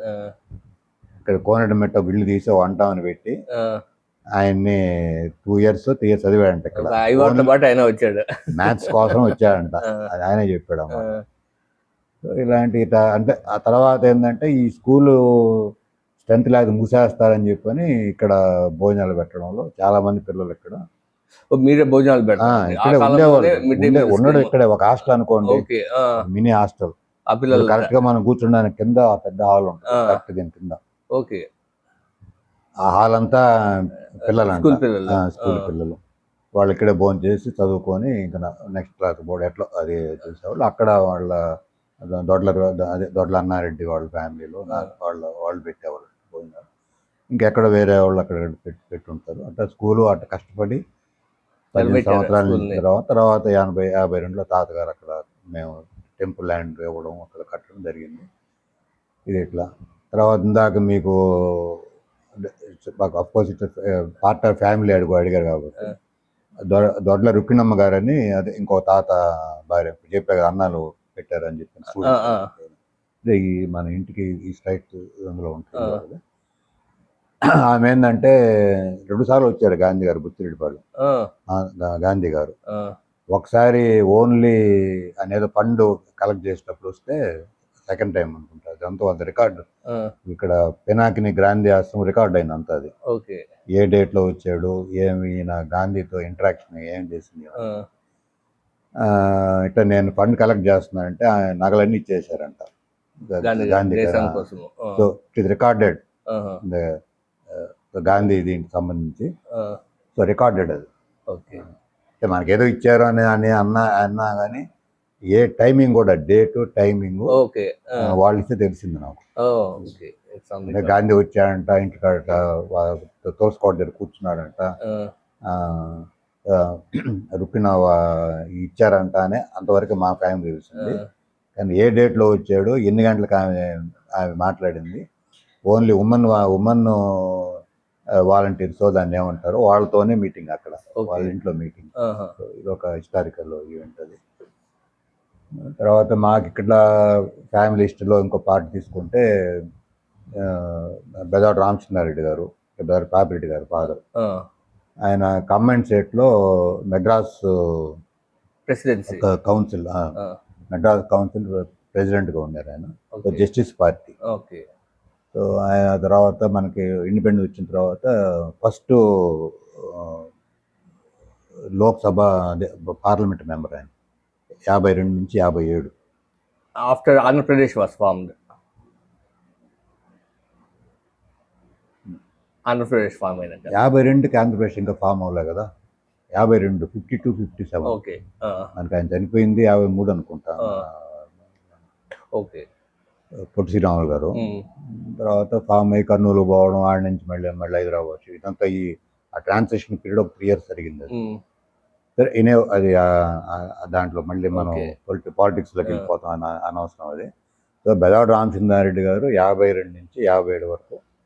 సో ఫస్ట్ మనకి పార్లమెంట్ ఎప్పుడైతే ఇదైందో ఆ session, first parliament Lok Sabha member from Buchireddypalem. Buchireddypalem. Plus ఏంటంటే అది మనకి పార్లమెంట్ ఫస్ట్ సెషన్ అదే కదా. పార్లమెంట్ అనేది లోక్సభ రావడం అనేది ఫస్ట్ ఎలక్షన్ అదే జరిగింది. ఈయన జస్టిస్ పార్టీ తరఫున ఈయన తర్వాత మళ్ళీ 62 ఏదో కొద్ది ఓట్లతో మళ్ళీ 62 ఓటు చేసి కొద్ది ఓట్లతో ఓడిపోయిన తర్వాత అప్పటికి ఆయన ఏజ్ అనారోగ్యత పాలిటిక్స్ నుంచి ఆయన కుమారుడు పాపిరెడ్డి గారికి రికార్డు ఏంటంటే ఎమ్మెల్సీగా ఫుల్ టర్మ్ ఉన్నారు. 62 నుంచి 67 ఏదో పీరియడ్ నాకు కరెక్ట్ గుర్తులేదు. 67 నుంచి ఇండిపెండెంట్ ఎమ్మెల్యేగా గెలిచి ఇక్కడ అల్లూరు కాన్స్టిట్యున్సీ 67 నుంచి 72 దాకా ఎమ్మెల్యేగా ఉండారు. తర్వాత మళ్ళీ 72 నుంచి 77 78 దాకా రాజ్యసభకు ఉన్నారు. 78 నుంచి కొంచెం గ్యాప్ వచ్చింది. మళ్ళీ 83లో Telugu Desam one of the founders ఆయన. ఓకే. ఆయన చెప్పిన వర్షంలోనే ఏంటంటే నెల్లూరులో మన బంధువుల ఇంట్లోనే ఫస్ట్ మీటింగ్ జరిగింది రామారావు గారితో. అప్పుడు ఈయన ఇండిపెండెంట్గా సైకిల్ గుర్తు మీద గెలిచిండారు పాపిరెడ్డి గారు 67లో. ఆ గుర్తు సజెస్ట్ చేస్తే దాన్ని వెంటనే రామారావు గారు యాక్సెప్ట్ చేయడం జరిగింది. బేసిక్ గా వాళ్ళ Telugu Desam MLA Telugu Desam cycle symbol అనేది పాపిరెడ్డి గారు సజెస్ట్ చేస్తే రామారావు గారు దాన్ని వెంటనే ఒప్పుకోవడం జరిగిందని చెప్పని పాపిరెడ్డి గారు చెప్పినటువంటి అది వార్త అది. అది అయిన తర్వాత 83లో ఆయన ఎమ్మెల్యే అయ్యారు. తర్వాత మళ్ళీ 84లో రామారావు ప్రభుత్వం అది జరిగింది కదా, ఆయన నారాయణ భాస్కర్ జరిగిన తర్వాత ఆయన 84లో ఒంగోలు కాన్స్టిట్యూన్సీ లోక్సభకి వెళ్ళారు. సో 4 చట్టసభల్లో పూర్తి కాలం ప్రాతినిధ్యం వచ్చిన మొదటి వ్యక్తి నెల్లూరు జిల్లా నుంచి. దాని తర్వాత ఒక 15-20 సంవత్సరాల తర్వాత ఈయన నీరు జనార్దన్ రెడ్డి దాని రికార్డు బ్రేక్ చేశారు. 4 చట్టసభల్లో మెంబర్ అవ్వడం అనేది అది అందరికి కూడా తెలిసిండకపోవచ్చు, కానీ రాజకీయం కాదు. ఇంకోటన్నా ఈ Dodla family it was zamindar family బేసిక్గా అది ఒక స్టేజ్. మళ్ళీ పోస్ట్ ఇండిపెండెన్స్ కొంచెం పాలిటిక్స్లో ఉన్నారు. అది సేమ్ ఈ ట్రాన్సిషన్ పీరియడ్లో మళ్ళీ బిజినెస్లో ఎట్లా స్టార్ట్ చేశారు, అండ్ ఒక అగ్రికల్చర్ ఎకానమీ ఫ్యామిలీ నుంచి మళ్ళీ బిజినెస్ ఫ్యామిలీ అయింది. ఎట్లా ఫస్ట్ ఎవరు బిజినెస్లోకి ఎంటర్ అయ్యారు? అండ్ ఇప్పుడు మా తాత వాళ్ళు 9 మంది. 9 మందిలో పెద్ద ఆయన దొడ్ల వరదారెడ్డి, వరతాత. ఆయన టైంలో ఈ మొత్తం ఈ పొలాలు ఎస్టేట్స్ అన్నీ ఆయన తీసుకునేవాళ్ళు. ఆయన తర్వాత ఆయనతో కూడా బలరామరెడ్డి తాతగారు. దీని ఉండడంలో ఏంటంటే వాళ్ళ పిల్లలు ఇక్కడే పుట్టి పెరిగినా కూడా వాళ్ళకి బిజినెస్ లైన్లో వెళ్ళాలని వాళ్ళ కోరికలు. అట్లా వాళ్ళు చిన్నగా వాళ్ళ వరదారెడ్డి గారి చిన్నల్లుడు మన పన్నులు వీరరాఘవరెడ్డి అని వాళ్ళు ఆల్రెడీ మైకా బిజినెస్లో ఉన్నారు. ఓకే. వాళ్ళ సపోర్ట్తో చిన్నగా వాళ్ళు అట్లా మైకా లైన్. అది ఏ సంవత్సరంలో ఉంటుంది? అరౌండ్ 40s ఉండొచ్చు, 40s బిఫోర్ ఇండిపెండెన్స్ స్టార్ట్ చేశారు మైకా. నాకు అది కరెక్ట్గా నాకు ఏం తెలియదు. నాకు వాళ్ళు 7 మంది బ్రదర్స్ వరదారెడ్డి గారి 7 మంది అన్ని రంగాల్లో బిజినెస్ అంతా కంబైన్. వాళ్ళు చనిపోయేంత వరకు డిఎస్ రెడ్డి గారి మాట దాటకుండా కలిసికట్టుగా అన్ని బిజినెస్ చేసుకుంటేవాళ్ళు. బాగా ఫ్లరిష్ అయ్యారు బాగా. మిగతా ఆయన తర్వాత మిగతా బ్రదర్స్ పిల్లలు ఎవరు అంత బిజినెస్లోకి ఏదో కాంట్రాక్ట్ లేదు. దొడ్ల లక్ష్మణరెడ్డి గారు 1960sలో పెద్ద కాంట్రాక్టర్, ఆయన కర్ణాటకలో చేసేవాళ్ళు. పైన ఇక్కడ పొలాలు దండిగా ఉన్నాయి, పైన పెనుబల్లి సరౌండింగ్ పెనుబల్లి అంతా ఉన్నా కూడా ఏంటంటే ఆయన రైతుగానే సక్సెస్ అయ్యారు, కానీ కాంట్రాక్టర్లో కాకపోతే ఏంటంటే ఇట్లా దాన ధర్మాలు ఇది స్కూల్ కట్టించడం. ఆ రోజుల్లో కట్టిన స్కూల్ ఇప్పుడు కూడా బ్రహ్మాండంగా ఎక్కడ ఏమి డ్యామేజ్ లేకుండా జరుగుతూ ఉంది. దొన్నవాడ చైర్మన్గా చాలా సంవత్సరాలు ఉన్నారు కన్ లక్ష్మణరెడ్డి. ఇట్లా తర్వాత ఇంకా నా తాతగారులు అంటే వాళ్ళు వ్యవసాయాలు, వాళ్ళు కొంతమంది మెడ్రాస్ సెటిల్ అయిపోయారు. ఓరియంటల్ హోటల్స్ అవన్నీ టాటాస్ అవన్నీ వాళ్ళు వరదారెడ్డి గారు వరదారెడ్డి గారి పిల్లలు. ఆయన టైంలో ఆయన బిజినెస్ ఆయన చేయలేదు, ఆయన వ్యవసాయాలు చేసుకుంటా ఉంటే ఇట్లా వీళ్ళు పిల్లలు. జాయింట్ ఫ్యామిలీ 1942-1943లో మన ఇంట్లో ఎవరు కోర్టుకు వెళ్ళారు. అయితే 52లో 53లోనూ ఆర్డర్ అయితే అప్పుడు ఫ్యామిలీ డివిజన్ అయినప్పుడు డివిజన్ అయ్యేటప్పటికి వాళ్ళు ఆల్రెడీ బిజినెస్లోకి ఆల్రెడీ ఉన్నారు వాళ్ళు. వాళ్ళల్లో మా తాతగారు దొడ్ల ముద్దుకృష్ణారెడ్డి అనేవాడు. ఆయన 26 సంవత్సరాలు చేశారు దేవస్థానానికి, కుదరనాథస్వామి దేవస్థానం. ఆయన ఐర్లాండ్లో యూనివర్సిటీ ఆఫ్ డబ్లిన్లో వెటనరీ సైన్సెస్ చేశారు 1921-23. 1921 వెటనరీ సైన్సెస్. ఆ కాలంలో వెటనరీ సైన్స్ 2 years చేసి యూనివర్సిటీ ఆఫ్ డబ్లిన్లో. అక్కడి నుంచి స్ట్రైట్ అవే న్యూయార్క్లో కార్నెల్ యూనివర్సిటీలో ఎంఎస్ చేశారు. So masters degree it is masters MSc in agriculture sciences అప్పట్లో. సో ఇంకా అక్కడి నుంచి ఇంకంతా షిప్పే కదా అంతా అప్పుడు. అవును. ఒక అప్పటికంతా షిప్‌లో 2, 3 నెలలు పట్టేదంట అక్కడి నుంచి షిప్లో వచ్చేవాళ్ళకి. వచ్చారు. తర్వాత ఆయన వచ్చిన తర్వాత ఆయన జాబ్ ఏదో బ్రిటిష్ ఆఫర్ చేస్తే మేము ఒక కింద జాబ్ చేయమంటే ఆనరీ పోస్ట్ చాలా ఉన్నాయి ఆయనకి. ఆహా! వాటిల్లో ఈ ఇండియన్ కౌన్సిల్ అగ్రికల్చర్ రీసెర్చ్ ఐసిఆర్ హ్మ్. వాటిలో మెంబర్గా ఉండడం. తర్వాత కొన్ని ఏదో అగ్రికల్చర్ కాలేజ్ సెలక్షన్ కమిటీ చైర్మన్గా ఉండడం అట్లా ఏదో కొన్ని ఉన్నాయి. తర్వాత ఇక్కడ బుచ్చిరెడ్డిపాళెంలో ఫస్ట్ అగ్రికల్చర్ సంబంధించి ఒక రేస్ స్టేషన్ పెట్టారు. ఓకే. మీకు వరిలో వచ్చేసి అది బీసీపీ అంటారు వెరైటీ ఆ! ఒకటి. బీసీపీ అంటే Buchireddypalem. Oh! Variety itself Buchireddypalem variety variety. పేరే బీసీపీ. ఆ! ఆ బీసీపీ వెరైటీ అని ఇక్కడ దాన్ని వెరైటీ సీడ్ ప్రొడక్షన్ చేశారు. Seed production. ఆ! సో కొత్త వెరైటీ అది ఓకే. అప్పట్లో 1930స్లో. ఆ! అట్లేదో కొన్ని చేశారు ఆయన. అట్లా ఒక తాతకి ఒక్కొక్క ఏదో అదే. కొన్ని అన్ని చెప్పాలంటే ఒక టైం కూడా గంట పడుతుంది. ఓకే. కొన్ని మెయిన్ ఈవెంట్స్ అది. ఆ! ఎప్పుడైనా అందరూ ఫ్యామిలీలో ఏంటంటే మాకు మెయిన్గా వచ్చి 10 మందికి పెట్టిన వాళ్ళే కానీ వీళ్ళు దుర్మార్గంగా వాళ్ళ దగ్గర ఆస్తులు పెట్టుకున్నారు ఆ! ఇది అనేది మటుకు ఆ రోజు ఆయన అన్నారెడ్డి దగ్గర నుంచి ఈ రోజు దాకా లేదు. మాత్రం అదే. ఆ negative track record bad record అయితే ఎవరికి లేదు మా ఇంట్లో. ఉన్నంత అది 10 అది మందికి హెల్ప్ చేస్తారు. అది నేను స్కూల్‌లో, కాలేజీలో. గర్వంగా చెప్పగలను. దాంట్లో మీరు ఒక చిన్న ఇప్పుడు మీ శాంతప్ప తెలుసు కాబట్టి ఆ! వాళ్ళ ఫాదర్ ఏంటంటే ఆయనకి ఆ, ఎన్ని కంట్రీస్ నంబర్ చెప్పలేం కానీ చాలా కంట్రీలు పెన్ ఫ్రెండ్స్ ఉండేవాళ్ళు ఆయనకి. ఓహ్! ఆ! ఆయనకు ఒక టైప్ రైటర్ ఉండేది. ఆ! అంటే నాకు 10 ఇయర్స్ అయితే చనిపోయారు ఆయన. ఆ! అందువల్ల 10 అంటే అప్పటికి ఆల్మోస్ట్ 60 ఇయర్స్ 60 ఏళ్ళ మెమరీ. మా చేత ఆయన లెటర్ టైప్ చేసి మా చేత పోస్ట్ చేయించేవాడు ఆయన. పోస్ట్ ఆఫీస్ పోయి లెటర్ ఆ! దాదాపు ఆయనకి చాలా స్టాంప్ కలెక్షన్ చాలా ఉండింది. ఆ! చాలా కలెక్షన్. సో అది అట్లే ఆయన తాతగారు. ఆయనకి మెయిన్గా ఏంటంటే ఆయన గురించి గొప్పగా మేము ఇప్పటికి నేను పర్సనల్గా నేను ఫీల్ అయ్యేది. ఆ! ఆ రోజుల్లో ఎడ్యుకేషన్ సంబంధించి ఎక్కువ ఇంట్రెస్ట్. ఆ! ఇప్పుడు ఆయన 8 డాక్టర్స్లో 3 పోస్ట్ గ్రాడ్యుయేట్స్ ఉన్నారు. మీకు హైదరాబాద్లో మంగమ్మ మంగమ్మ తెలుసు. మంగమ్మ ఆమె తెలుసు. ఎంఏ అప్పట్లో MA. Okay. Chennakeshwara Reddy's wife. Justice MA Chennakeshwara Reddy's wife. MA కూడా గోల్డ్ మెడలిస్ట్ మళ్ళీ. ఓకే. అంటే 1950స్లో ఆడపిల్లలు బయటకు ఇక్కడ చదువుకోవడం మెడ్రాస్ ఉంది కదా! అంతేలే అప్పుడు మెడ్రాసే ఉంటుంది. బ్రదర్ నాకు తెలియదు. ఆమె అయితే ఎంఏ గోల్డ్ మెడలిస్ట్ తెలుసు. ఆ! తర్వాత మెడ్రాస్లో ఇంకొక అక్కమ్మ గారు అక్కమ్మ. ఆమె ఎంఏ. ఓకే.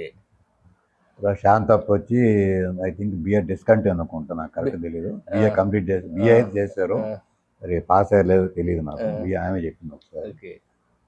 ఇంకెవరో 2-3 గ్రాడ్యుయేట్స్ ఉన్నారు. అన్న ఒక కొడుకు, ఒక బ్రదర్ వెంకటరాఘవరెడ్డి. ఆయన ఇంటర్నేషనల్ లోన్ సైంటిస్ట్. ఆయన ఇంటర్నేషనల్లీ నోన్ సైంటిస్ట్. ఓకే. ఆయన ఏంటంటే ఇప్పుడు ఆయన అక్కడ ఎంఎస్ దీంట్లో చేశారు, అక్కడ ఇల్నాయిస్ యూనివర్సిటీ చేశారు అగ్రికల్చర్ సైన్స్ మీద. అక్కడే రీసెర్చ్ స్కాలర్గా ఉండి మన ఇక్రిసాట్ పెట్టినప్పుడు ఇక్రిసాట్కి వచ్చేసారు. అండ్ హీస్ యంగెస్ట్ యంగెస్ట్ కాదు, శాంతప్ తర్వాత హైదరాబాద్. ఆయన తర్వాత మళ్ళీ ఇంకొక 2 సిస్టర్స్ ఉన్నారు మళ్ళీ అన్న తర్వాత.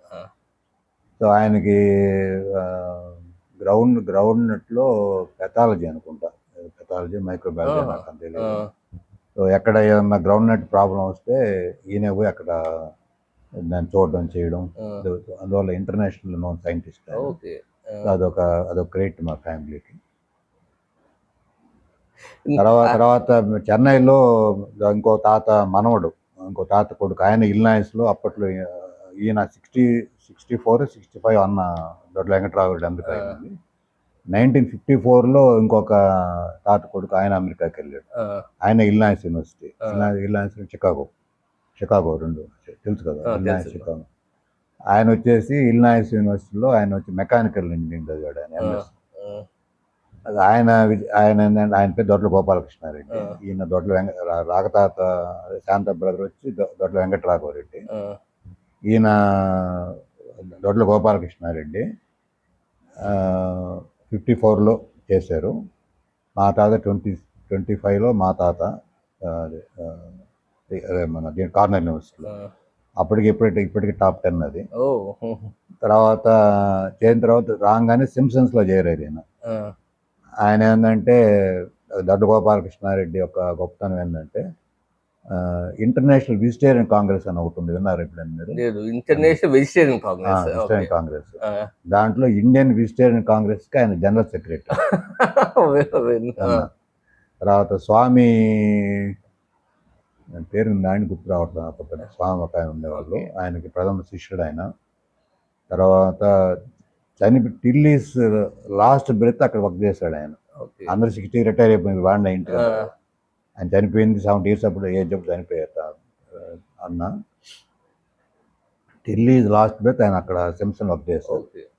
సో చీఫ్ డిజైన్ ఇంజనీర్ సింప్సన్స్లో, అది ఆయన క్రెడిట్. అది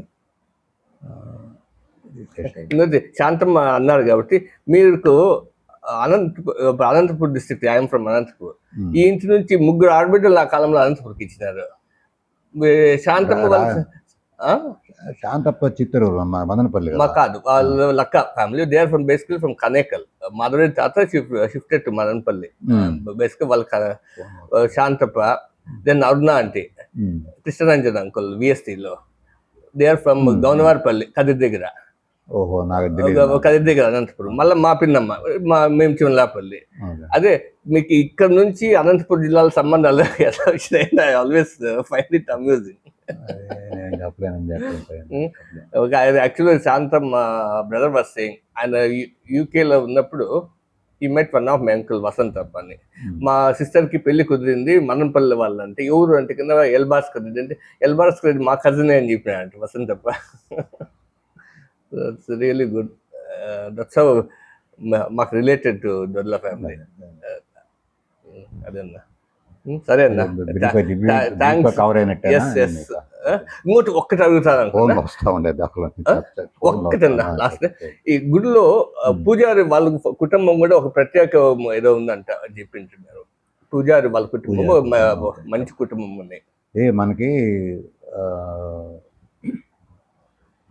ఈ దేవస్థానానికి విశేషం ఏంటంటే అన్ని సర్వీసులు. సో రైట్ ఫ్రమ్ వాచ్మెన్ నుంచి స్థానాచార్య అంటారు, ఆ కార్నర్లో ఉంది హౌస్. సో అది చూపిస్తారండి, ఎవరికి వస్తారు ఎట్లా చూపిస్తారండి. సో స్థానాచార్య వరకు మీకు కుమ్మరి అంటే పాట్ మేకర్, తర్వాత వెజల్ మేకర్, తర్వాత దాసరి అంటారు. దాసరి అంటే స్వీపింగు, తర్వాత పండగ తోరణాలు కట్టడం, దాసరి. సో నేను ఫ్లోలో చెప్పేస్తాను. సో దాసరి, కమ్మరి, కుమ్మరి, సాతాని. సాత అంటే టార్చ్ బేరర్ పూలు కట్టేవారు. సో సాతాని దాదాపు ఇట్లా 13 వృత్తులు. తర్వాత బ్రాహ్మణులు దీంట్లోకి వస్తే శ్రీ వైష్ణవులు 8 మంది అధ్యాపకం చేసేవాళ్ళు. తర్వాత అర్చక వచ్చి వైకానసం అంటే మన తిరుమలాగం. మీకు పాంచరాత్రం అంటే భద్రాచలం. అది ఆగం ప్రకారం అంటే పూజలు జరుగుతాయి. వైకానసం ప్రకారం తిరుమల, ద్వారకా తిరుమల, సింహాచలం, ఇవన్నీ వైకానసం మంది వైకానసాలు. సో అట్లా శ్రీ వైష్ణవులు వంట చేసేవాళ్ళు. అదే మీకు చెప్పా కదా, పటారి. దాంట్లో వచ్చి మట్టపల్లిలో రెండు పనులు ఉంటాయి అక్కడ. ఒకటి వంట చేయడం ఒకటి ఉంటుంది, ఒకటి పాత్ర శుద్ధి చేయడం, క్లీనింగ్ చేయడం. సో దాన్ని పరిచారకం అంటారు. లోపలంతా దీపాలు వెలిగించడం పరిచారకం. సో తర్వాత వేదపారాయణం వీళ్ళు చేయాలి అంటున్నాము, స్మార్తులు అంటారు. సో ఇన్ని 13 రకాల వృత్తులు ఉన్నాయి, డ్యూటీస్ చేసి వీళ్ళందరికీ ల్యాండ్స్ ఉన్నాయి. దాంట్లో అందరూ చాలా నమ్ముకోబోయారు. ఇప్పుడు కందుకూరు వాళ్ళు అని చెప్పని వాళ్ళ ఫ్యామిలీ. సో రైట్ ఫ్రమ్ 1784 ఉన్నారు, ఉన్నారు ప్రధాన అర్చకుడు ఆయనే. సో అదొక విశేషం. అది స్థానాచార్య కూడా ఉన్నారు, ల్యాండ్స్ లేవు కానీ వాళ్ళు జీతం ఇచ్చి డ్యూటీ చేపిస్తారు, డ్యూటీ చేస్తారు. వీళ్ళంతా హెరిడిటరీగా ఉండేది, ఇంకెవరు హెరిడిటరీగా ఎవరు లేరు. ఇంకా మేము పెట్టుకున్న వాళ్ళంతా అమ్ముకొని వెళ్ళిపోయారు. కానీ ఆ కందుకూరు ఫ్యామిలీ అనేవాళ్ళు సో ఈ 300 ఏళ్ళుగా ఇక్కడే ఉన్నారు. 242 242 ఇయర్స్ నుంచి. మీ పేరవ్వా? భూదేవమ్మ. భూదేవమ్మ. మీరు పుట్టిన ఏ సంవత్సరంలో పుట్టారవా? 5 సంవత్సరాలు నాకు గుర్తులేదు. 1930 అంటే 96 ఇయర్స్ ఇప్పుడు అమ్మగారికి. మీరు పుట్టిన ఊరవ్వా? మీరు ఎక్కడ ఏ ఊర్లో పుట్టారు? కొమ్మిడికని ఆ, మైపాడు. మైపాడు, మైపాడు దగ్గర కొమ్మరిక. కొమ్మిడిక. మీ అమ్మ నాన్న, మీ నాన్నగారు ఊరు అది నాన్నగారు ఊరు. అమ్మ వాళ్ళ ఊరు ఇదే బుచ్చిరెడ్డిపాలెం. బుచ్చిడిపాడు. బుచ్చిరెడ్డిపాలెం దొడ్ల వల్ల దొడ్ల వల్ల అదే. ఆ. సో మీరు అప్పుడు మైపాడులో ఉన్న సెలవులకి అంతా ఇక్కడికి వస్తా ఉంటారా? సెలవు వస్తానే ఉండేది, జస్ట్ ఇక్కడనే ఉండేది. ఆ, అవ్వ వాళ్ళ ఊరు కదా ఇదే, ఆ. అందుకని ఇక్కడ అమ్మమ్మ వాళ్ళ ఊరు. అమ్మమ్మ వాళ్ళ ఊరు. ఆ. ఇక్కడ ఫ్యామిలీ పెద్ద ఫ్యామిలీ ఈడ. ఎంతమంది ఉంటామండి ఇక్కడ? అంతమంది లెక్క ఉండదు, చాలా మంది. అంటే మీ అమ్మకి అన్నతమ్ములు చాలా మంది కదా? చాలా మంది అన్నతమ్ములు దొడ్ల వాళ్ళు 12 మంది వాళ్ళు. మా తాతకి ఆ, పిల్లలు 12 మంది, 2 కూతుడు, ఆ. 10 మంది మొక్కులకాయలు. 10 మంది. 10 మంది మొక్కులకాయలు, 2 మా అమ్మ, పెదమ్మ. ఆ. సో వాళ్ళు 10 మంది, వాళ్ళు 8 మంది కొడుకులు పిల్లలు ప్లస్ మీరు వచ్చేవాళ్ళు. మగ పిల్లలు 10 మంది. వాళ్ళలో ఒక అబ్బాయి చనిపోయినారు, అంటే పెళ్లి కాకుండా చిన్నప్పుడే చనిపోయినాడు. ఆ, పొరవాళ్ళకి ఆ, వాళ్ళకి పెళ్ళిళ్ళు, వాళ్ళ బిడ్డలు, వాళ్ళు అంతా పెద్ద ఫ్యామిలీ. ఆ. సో మళ్ళీ అక్కడ నుంచి మళ్ళీ మీరు దొడ్డ ఫ్యామిలీకి వచ్చారు. ఒక మేనమామ కొడుకు ఇచ్చిన దాన్ని. మేనమామ కొడుకు బాబా. మా నాయనకి అక్క కొడుకు అబ్బాయి కూడా, నా భర్త కూడా ఆ.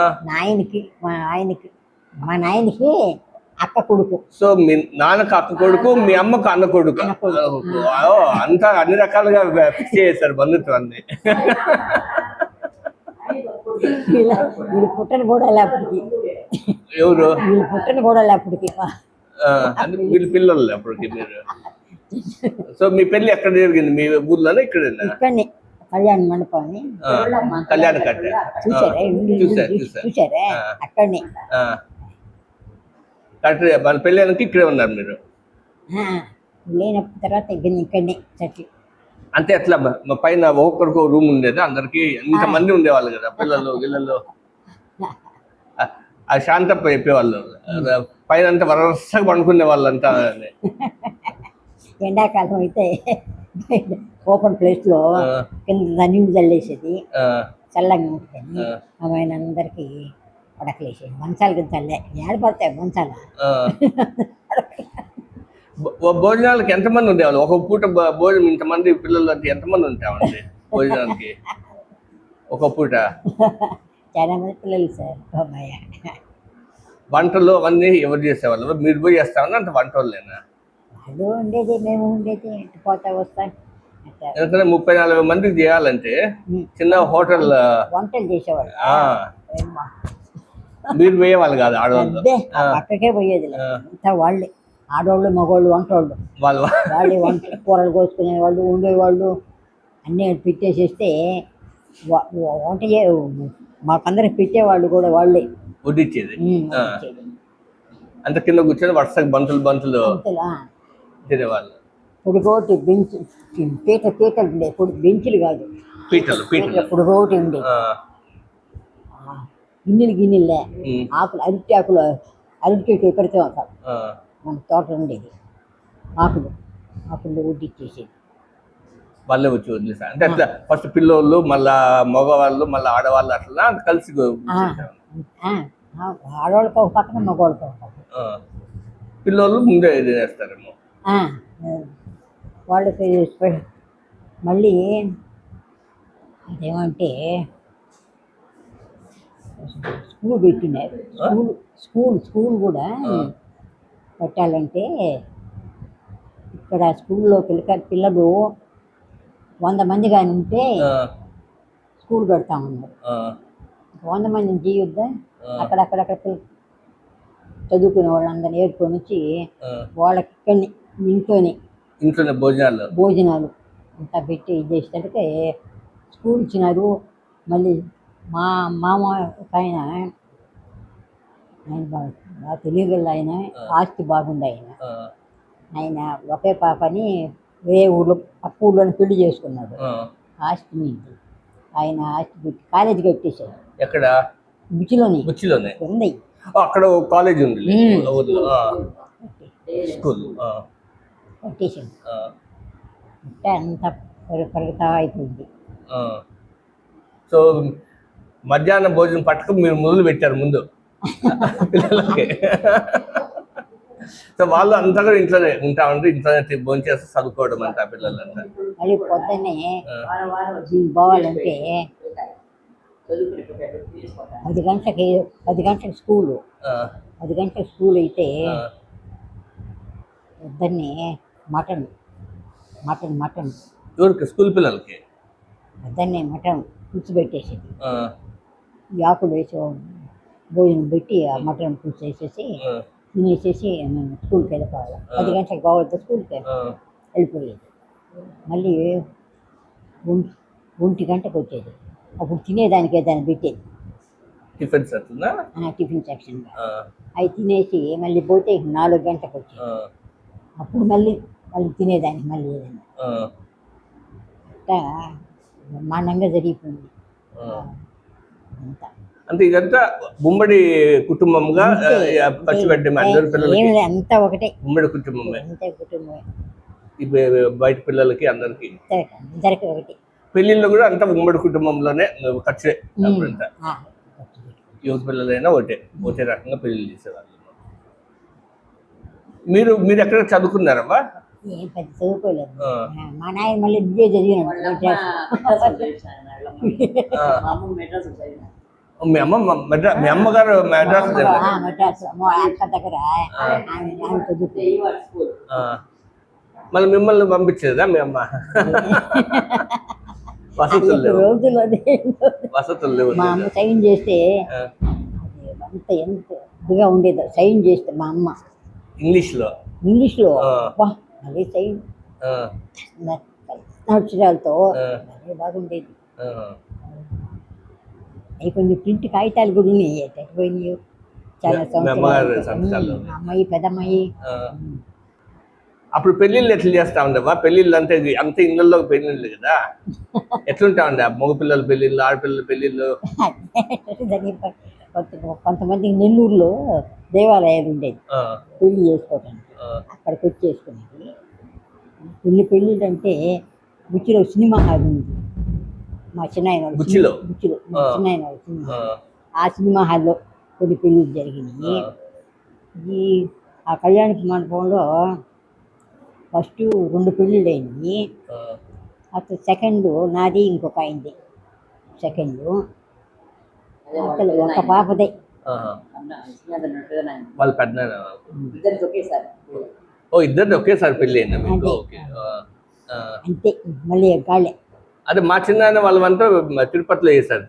తిరుపతి కొండపైన కిందనే చేశారు. అంత మాదే పెద్ద మాదే. అవునా? అప్పుడు మీరు బాగా వయసులో తింటారా? పెళ్లి పెద్దలు కదా. మా పాప అయిపోయే మేమే చూసుకోవాలి కదా అంతా. ఆ రాత్రి అంతా నిద్రలే. అవునా? అంతా అరేంజ్మెంట్ చేసుకొని పాప తయారు చేయటం అంతా చూసుకోవాలి కదా. ఆ పాప అమ్మ ఉంటే నాకు బాగా ఫ్రెండ్గా ఉండేది. సుశీలవ్వ. అందువల్ల ఇద్దరం. సుశీలవ్వ మీకన్నా పెద్దదేమో కదా? పరిచయం ఉంటే మా మేనమామ మీకన్నా వయసులో పెద్దది కదా సుశీలవ్వ? వయసులో పెద్దది, కొంచెం పెద్ద, ఒక 4-5 ఏళ్ళు పెద్దది. బాగా మాట్లాడుతుంది సుశీలవ్వ, భలే నాలెడ్జ్. అబ్బా, ఆమె సాంస్కృతి చదివింది విజయవాడ. బాగా మాట్లాడుతుంది. బాబు గారు రంగారెడ్డి పైలట్. ఆయన ఏందబ్బా, ఆయన ఎట్లా ఏమి? అదే ఒక ఇద్దరు ఫ్రెండ్స్ జపాన్ వాళ్ళు యుద్ధానికి వస్తున్నారు. సెకండ్ వరల్డ్ వార్ అప్పుడు ఆయన్ని సేవ్ చేయబోయి ఈయన అంటే ఈయన బ్రిటిష్ ఆర్మీలో ఉన్నా దేంట్లో ముద్దరు ఆర్మీ లేదు పైలట్ పైలట్ ఫర్ అంటే అప్పుడు British air force, royal air force. So royal air ఫోర్స్లో ఆయన పైలట్. ఓకే. దాంట్లో చనిపోయారు. మళ్ళీ బాడీ కూడా దొరకలేదంటే కదా అక్క. ఆయన full name will be Dodla Rangareddy. Okay, flight officer Dodla Rangareddy. అది ఐ హర్డ్ దట్ స్టోరీ, ముందు విన్నాను. అంటే నాకు రిలేషన్షిప్ తెలీదు, బట్ ఓకే. మీ అత్తగారు ఎట్లా అవ్వా? మీ అత్తగారు ఎట్లుండే వాళ్ళు? అత్తగారు జిల్లాకే పేరు అంత దయగుణం అంత ఇదిగా ఉండేది. మీ అత్తగారి పేరు అవ్వా? ఇప్పునమ్మ రుక్నమ్మ. బాగా దానాలు చేసేదా? ఎవరు ఇదైనా పెట్టాల్సిందే. పిల్లల చదువులకి చదువులు ఒకటే కాదు, అన్నాలు భోజనాలు కూడా పెట్టేది. 10 మంది దాకా రోజు ఇక్కడనే అన్నం తిని కొనుక్కోటానికి పోయేది, కానీ అన్నం 3 పూట ఎక్కడ తినేది. గాంధీ గారు వచ్చిందంటే కదా ఆమె ఉన్నప్పుడు, గాంధీ గారు గాంధీ తాను వచ్చాడు. మీరు గుర్తుందా అది? అంత మీకు గుర్తుంది. అప్పుడు తను నిలువులో ఇచ్చిందంటే కదా. అంటే ఇచ్చింది. ఆ పక్కన వాళ్ళందరూ కూడా ఈయన చూసి వాళ్ళ చేతుల్లో గాజులు వస్తుంటాయి. అంత ఈజీ.